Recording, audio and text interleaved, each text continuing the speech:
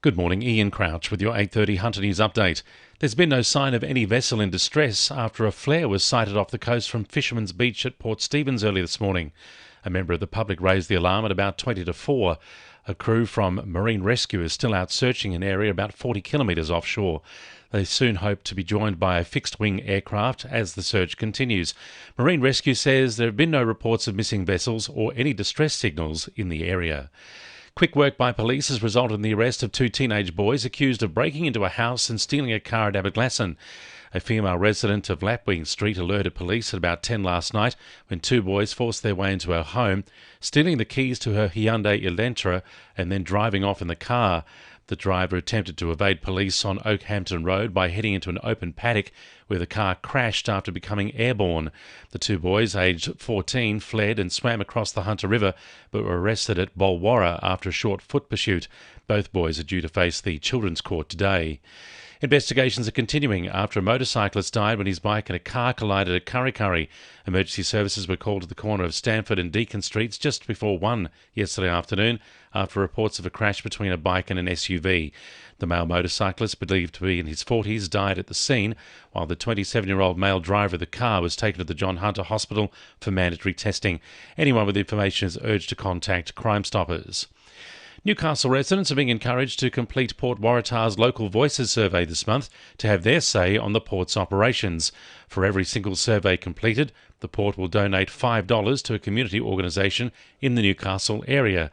Chief Executive Officer Henny Deploy says previous surveys have helped inform their climate change initiatives. Past surveys have told us that our stakeholders are interested in how we aim to address the challenges around climate change. So this survey specifically aims to explore our stakeholders' views on our climate change related activities, including climate change action plan.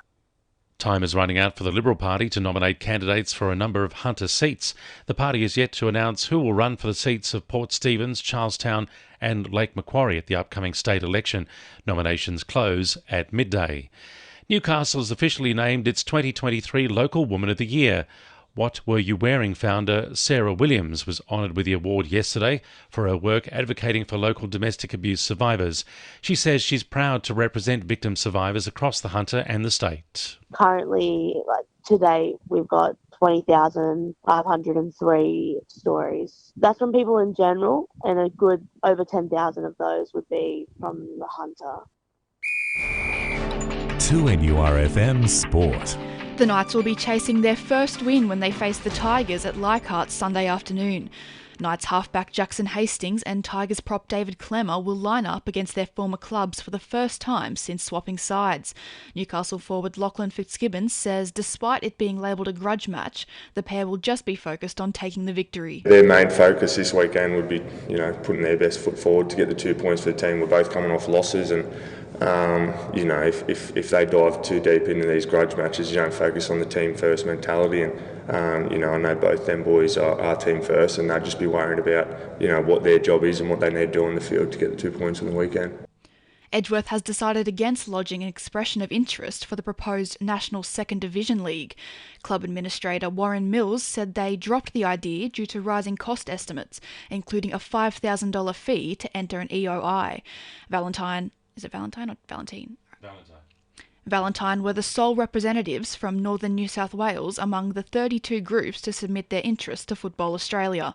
And former Newcastle Hunters coach Shannon Seabohm is hoping to lead Townsville to a WNBL title when they kick off their finals campaign against Perth Lynx this week. That's sport. I'm Bella Middleton. And the winning numbers in Oz Lotto are 4, 26, 28, 31, 33, 44 and 47, and the supplementaries are 9, 11 and 20.